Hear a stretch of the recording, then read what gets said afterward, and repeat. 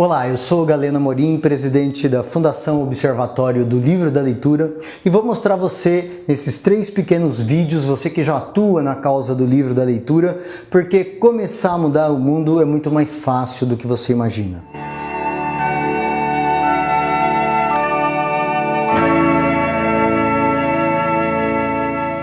2016 vai chegando ao fim e todo final do ano você sabe, é aquela coisa, momento de fazer avaliações, balanços e principalmente tomar resoluções de ano novo e de decisões importantes na nossa vida, pessoal, profissional e mesmo naquela forma que nós temos de encarar o mundo, nosso posicionamento coletivo. Afinal de contas, o que a gente pode fazer? Pequenas coisas, pequenas atitudes capazes de mudar o mundo e criar um legado para os nossos filhos, netos e para os nossos descendentes. Eu vou mostrar a você como pequenas decisões que não levam mais do que alguns poucos minutos, simples, descomplicadas, fáceis até, podem mudar e causar impactos muito profundos na vida de outras pessoas, causando poderosas transformações. Primeiro na vida dessas pessoas, depois em torno do lugar onde elas vivem e assim mudando o mundo de uma maneira mais geral.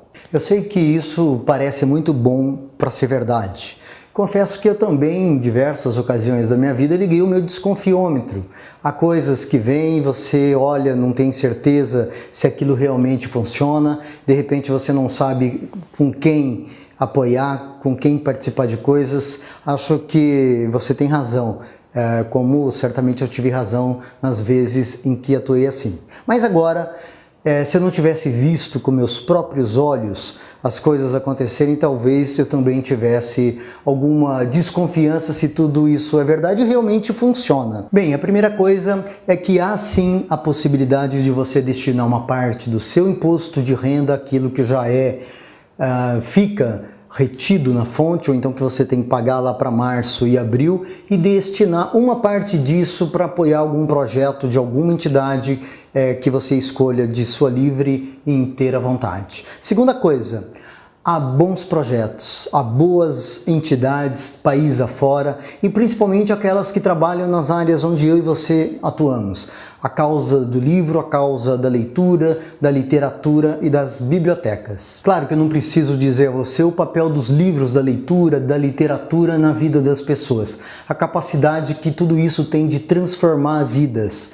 Mas se a gente sai por aí vendo o país afora, você vai ver histórias realmente que foram criadas a partir do livro, a partir da literatura. Como essa história do Carlos Andrade, um ex-presidiário que tem um depoimento incrível.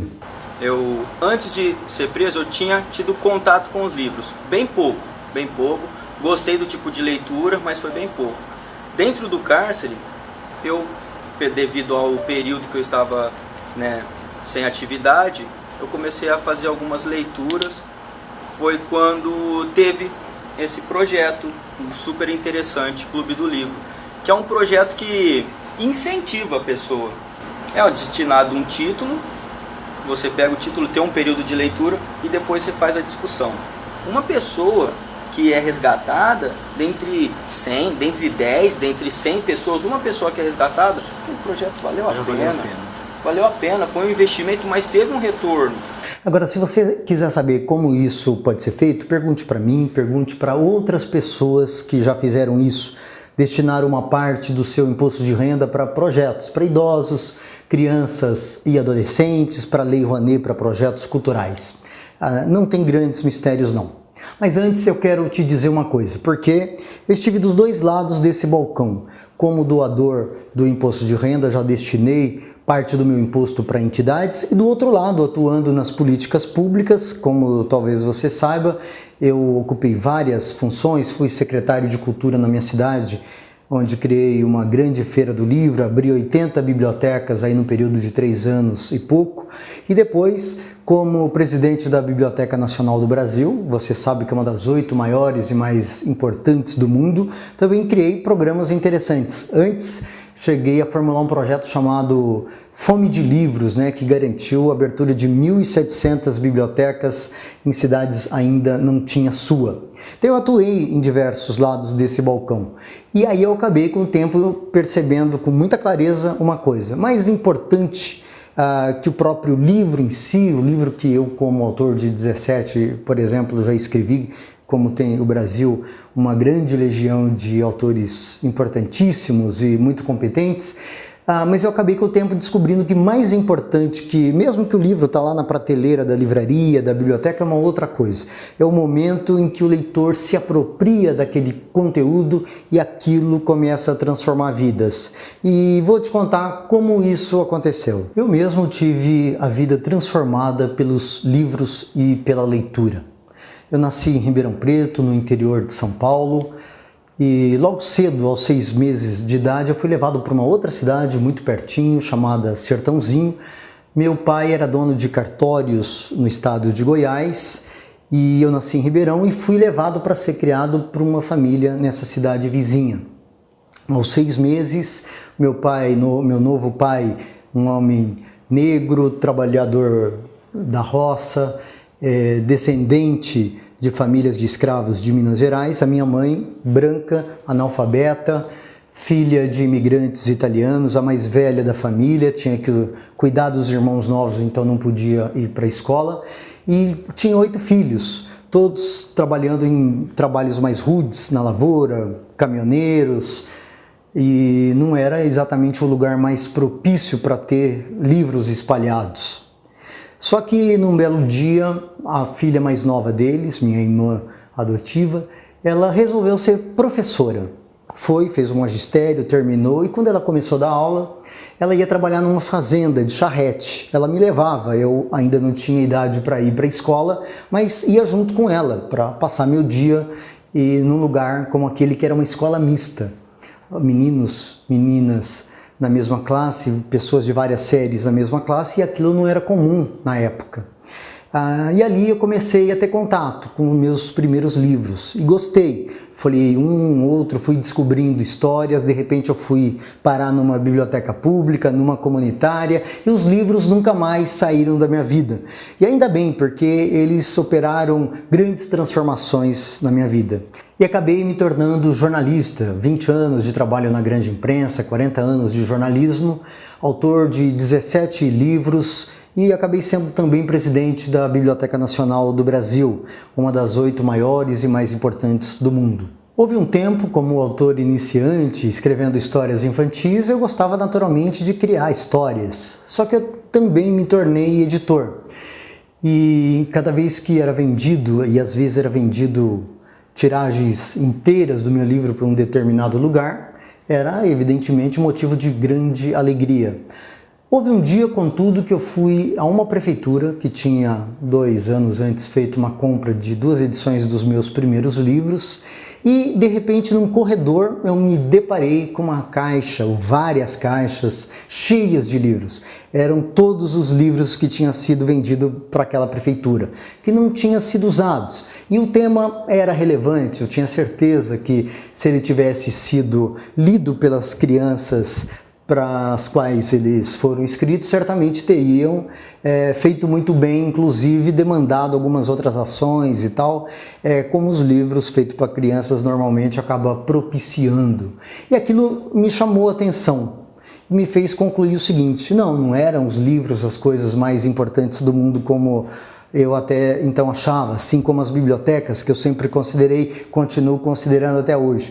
Mas se havia algo que era mais poderoso que tudo isso, era aquele momento em que se tinha acesso aos livros, principalmente a leitura e aquele conteúdo dentro das obras, que isso sim, trabalhado dentro de cada leitor, tinha uma capacidade transformadora muito grande. A partir daquele momento, eu me toquei que eu tinha uma missão, fazer um trabalho para espalhar mais bibliotecas, espalhar mais livros sim, mas principalmente fomentar, estimular as ações de leitura para que essa sim pudesse fazer pequenas e grandes transformações país afora. Em cada uma das cidades, fosse ela pequena, grande, nos rincões, grandes centros, nas periferias, por toda a parte desse país. Durante os últimos 20, 30 anos, eu criei várias instituições e programas na área do livro da leitura. Primeiro na minha cidade, Ribeirão Preto, onde eu criei a Fundação Feira do Livro, o Instituto do livro de Ribeirão Preto, a Fundação Palavra Mágica, depois no âmbito nacional, que eu criei o Plano Nacional do Livro Leitura e vários projetos e programas voltados para esse tema. Mas tem duas ações relativamente pequenas que acontecem em algumas partes do país que me cativaram muito e que continuam a me emocionar até hoje. Um é o Clube de Leitura Palavra Mágica. Pessoalmente, eu ajudei a criar, implantar 100 clubes de leitura em educação de jovens e adultos, em presídios, em escolas, em museus, em escolas públicas, em hospitais, empresas, em várias partes. A outra é esse projeto sobre o qual eu venho falar aqui neste vídeo. É a Oficina de Leitura Escrita Palavra Mágica. Em várias regiões no interior do estado de São Paulo, em diversas cidades, 1.300 crianças e adolescentes já foram beneficiadas, mas mais do que beneficiadas, mais daquele papel extraordinário que você conhece, da literatura, da leitura dos livros como entretenimento, como lazer cultural de qualidade, é aquilo enquanto ponto de partida, ponta de lança para a transformação para a cidadania, que tem gerado histórias maravilhosas de transformação como essas que você vai ouvir agora. Meu nome é Bruna, tenho 19 anos, sou ex-aluna da Oficina de Leitura Escrita Palavra Mágica de 2011. Eu não sei nem por onde começar a falar desse curso, porque ele literalmente mudou minha vida. Não só em questão de abrir meus horizontes para coisas que eu poderia fazer e caminhos que eu poderia trilhar, mas em questões pessoais mesmo. E assim, eu nunca tiro o curso de leitura escrita da minha vida e do meu coração. Toda vez que posso, que eu tenho tempo, eu costumo dar uma olhada nos textos, nos jornais que a gente publicou. E assim, se eu pudesse, eu voltaria no tempo, com certeza. E eu super indico, aproveitem a oportunidade. Meu nome é Marina. Eu tô aqui para falar de uma das fases mais marcantes da minha adolescência, que foi o projeto Palavra Mágica. Na adolescência, que a gente está se descobrindo, que a gente passa a ver o mundo de uma forma diferente, que a gente se passa a conhecer melhor, né? Então, a adolescência é uma fase marcante da vida, e então o projeto ele não poderia ter vindo em melhor fase do que a adolescência, né? Foi realmente marcante para mim participar desse projeto, me ajudou também muito na fase do vestibular. Hoje eu tenho 23 anos, faço educação física, estou no último ano, a educação física bacharelado aqui na USP Ribeirão Preto. E o que me ajudou a escolher o curso também foi esse autoconhecimento que eu tive através do Palavra Mágica, né? Muitas vezes você pode já ter desejado ao longo da sua vida ter apoiado algum tipo de projeto, algum tipo de instituição. Eu posso te garantir que tem vários e vários, espalhados por todo o país, em todos os estados brasileiros, todas as regiões. Eu só quero fazer um pedido, uma recomendação para você, que você destine uma parte do seu imposto de renda para uma entidade que atua com livro, leitura, literatura e bibliotecas. E de preferência que atue nesse processo transformador que é a formação de leitor. Não sei se você sabe, mas é possível destinar uma parte do seu imposto de renda, 6% do seu imposto de renda, para algum projeto enquadrado na Lei Rouanet, numa lei que beneficia o fundo da criança e do adolescente, para o idoso, tem alguns projetos. Até o dia 29 de dezembro agora, você tem prazo para fazer essa destinação. Pois bem, este ano eu vou recomendar fortemente para você que apoie um projeto. É o projeto Oficina de Leitura e Escrita Palavra Mágica. Você ouviu um pouco agora sobre esse projeto, ele realmente vem provocando grandes transformações. Cada vez que a gente pega alguém e transforma num leitor, esse leitor amplia os horizontes, ele se abre para o exercício da própria cidadania, reconstrói a autoestima, se desenvolve o seu vocabulário e assim tem condições de ser um protagonista juvenil, nesse caso, na sua comunidade. Este ano eu escolhi e enquadrei um projeto no município onde eu voltei a morar, depois desses anos atuando nas políticas públicas em Brasília, no Rio de Janeiro, que é Ribeirão Preto, no interior de São Paulo. Há alguns projetos feitos com jovens e adolescentes e crianças da periferia da cidade. É uma cidade que tem a fama de ser Califórnia brasileira, uma cidade rica, porém tem uma população excluída muito grande que não necessariamente é alvo de boas políticas públicas para ajudá-la a enfrentar todas as suas situações de dificuldades. Então eu escolhi alguns bairros da periferia, criei um projeto, coloquei no fundo municipal voltado para a criança e do adolescente, administrado por um órgão que é o Conselho Municipal voltado para essa área, que tem uma forte, rígida fiscalização, e estou propondo e estou recomendando que você destine 6% do seu imposto de renda para esse projeto. Uma das coisas que acabam afastando as pessoas de fazer a doação, aliás, doação não, a destinação. Por que não é doação? Porque esse dinheiro não é mais nosso, não é nem meu, não é seu, nós já recolhemos como tributo. O que nós podemos fazer? Nós podemos ir lá indicar, dizer que uma parte do imposto que a gente pagou deve ser destinado para este ou aquele, para isso ou para aquilo outro. Então eu quero dizer para você, se você tem alguma preocupação com relação a isso, quero te tranquilizar, não tem problema algum, não cai na malha fina, muito pelo contrário, e quem diz isso não sou eu, quem diz isso é um auditor da Receita Federal que é bastante engajado em campanhas país afora para estimular que contribuinte, como deve ser o seu caso, faça a sua destinação. Por quê? Por entender que cada vez que as pessoas fazem isso, elas dão um maior valor ao imposto, ao tributo que ela recolhe. E além disso, quando ela indica um tipo de projeto, ela sente que uma causa que ela acredita está sendo atendido, e se ela indica alguma instituição, ela sabe que ela pode inclusive ajudar a controlar, fiscalizar a aplicação daquele dinheiro. Vamos ouvir o que diz aqui nesse vídeo o auditor fiscal da Receita Federal do Brasil, Júlio Curvo. E com relação à questão da malha, isso é um mito mesmo, né? Tem pessoas que acham que porque faz a destinação tem mais chance de cair na malha fina, né?